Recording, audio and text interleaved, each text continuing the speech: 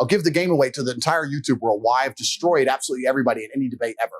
I say things that they know are true and that they agree with, but I say it in a way that angers them emotionally, and they get caught up in their brain because they're saying, he's saying the truth, but I'm pissed off by how he's saying it. So I want to argue with him, but he's right. So instead of saying men are physically stronger than women, I'll say females are weak. Females are weak. Well, females are weak. Females are weak. Men are strong. Females are weak. No, but but I'm right. And he knows I'm right.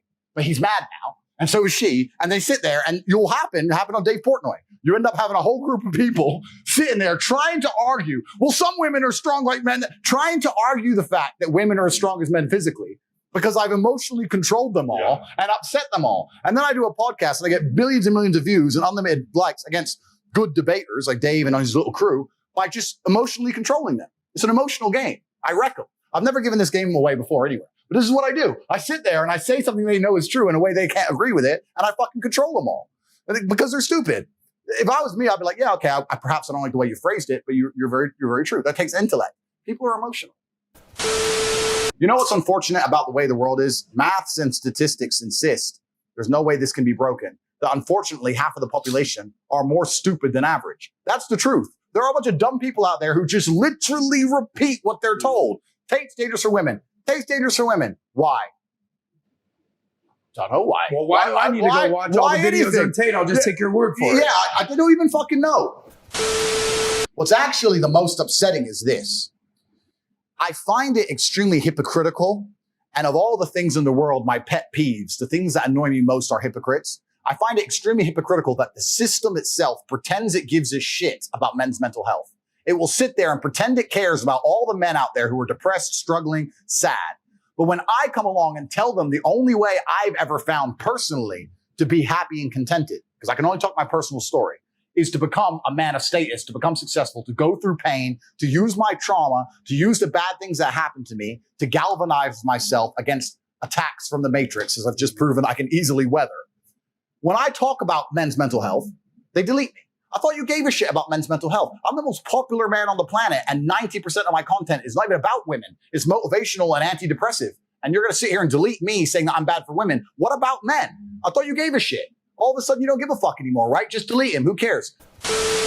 First things first, I want to make it very, very clear that Logan Paul is absolutely and utterly a tool of the Matrix. He's a bought and sold individual with no soul. He doesn't stand up for anything, and he doesn't mean anything he says. He gets pieces of paper from Susan or whoever else telling him what he's allowed to say on his channel to retain it. You believe that? 100%. Not only do I believe it, he's proved it himself. He will flip-flop on any issue. He can be bought and sold. The dude's a bitch. Logan Paul is a bitch, and I will say that here publicly. If anyone wants, I'll fight him for free. The guy's an idiot. No money needed to fight Logan Paul. Logan Paul doesn't believe in any of the things he says. Logan Paul is a man. If you ever were unfortunate enough to consume his content, I get sent clips of it all the time by people mocking him. As soon as something comes out, whether it's Harry Styles wearing a dress, whether it's Lil Nas twerking on the devil, whether it's this, he just sits there and goes, yeah, this is great. Yeah, this is great. He is a talking piece. He is the mouthpiece for the agenda. The people have come along, people who are trying to force a narrative, and they said, look, we need to have some degree of control over the exact demographic that Tate has control over. We're going to use Logan Paul and attempt to use him. And he sits there and just purports the bullshit points of view that the whole Hollywood establishment want him to purport. He doesn't believe in the things he said. He's told what to say. And because he was canceled before and it emotionally destroyed him, he sat on camera crying his eyes out like a little girl instead of being a man about it. He is so fearful of the mob and so scared of being canceled again that he's going to sit there and say anything he's told. He doesn't believe that shit. Before I was canceled, him and his boyfriend Mike did endless videos supporting me, laughing about me, saying how funny I was, tagging me on Instagram, inviting me places, etc. The second I'm canceled, they flip reverse it and shit themselves because they don't want to get canceled too. They are children. That's all they are.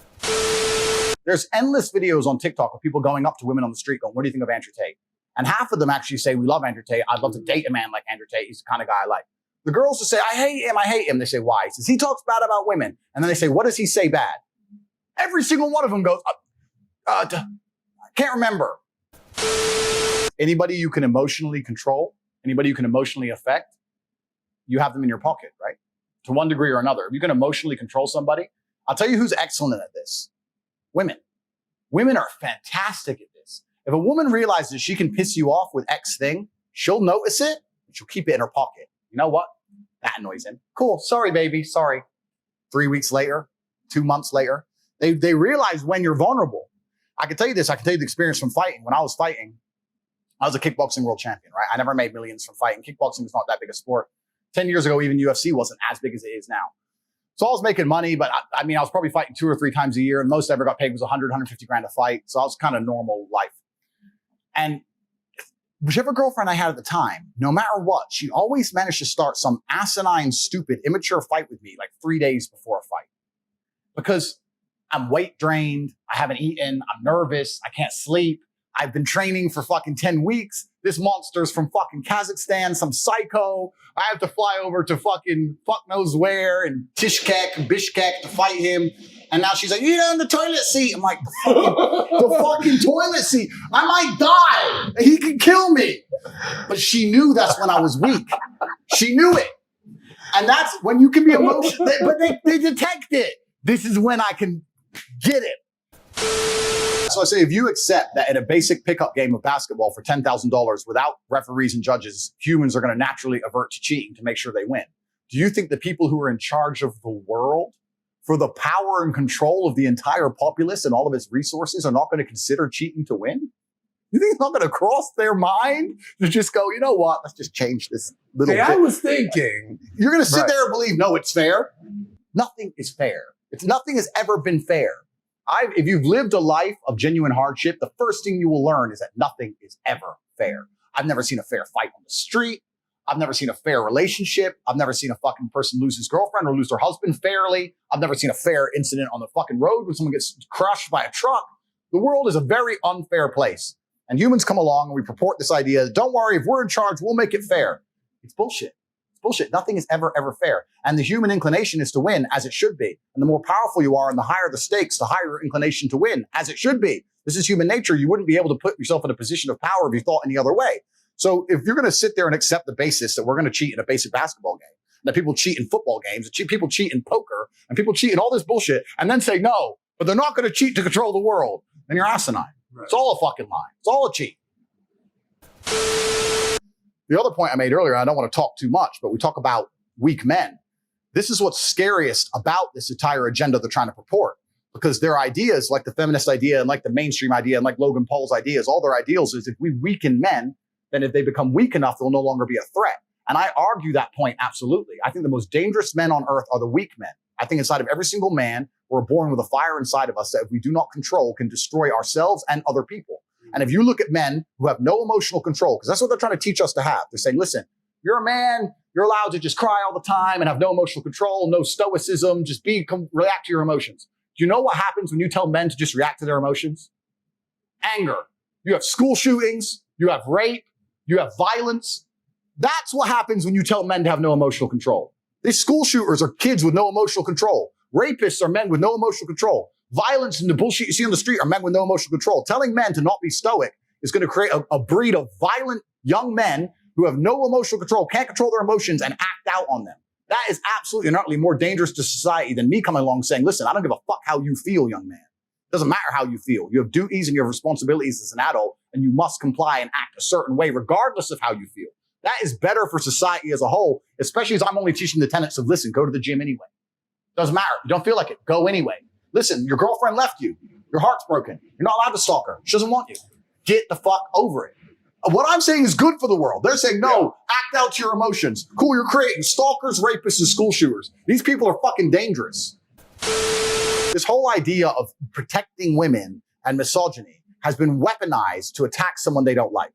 These people saying that we need to get him down because he's a misogynist, they don't give a fuck about women, these people. You think they care? There's some fat troll.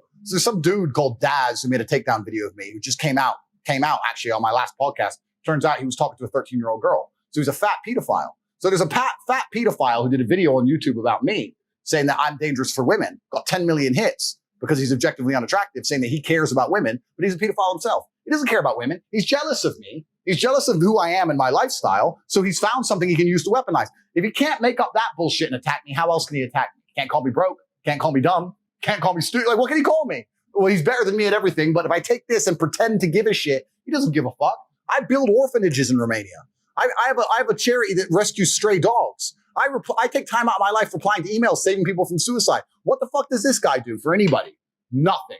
But he's the good person because he gives a shit? No. He's using it as a vehicle to attack somebody who he knows is his superior in every single human metric that can be measured by modern science, and he dislikes me for it. All of this is just weaponized care. Oh, we care so much about, they don't care about fucking anything. They don't care about people. They just dislike me. And that's a very different thing. It's all been false from the beginning. I've seen through it all from the absolute beginning. It's a matrix attack. And like I said, I told you how it happens. YouTube strike, Meta, YouTube, media, Uber, Gmail, Discord, Skype, Twitch, boom, boom, boom, boom, boom. It's all a fucking coordinated hit piece. It's bullshit.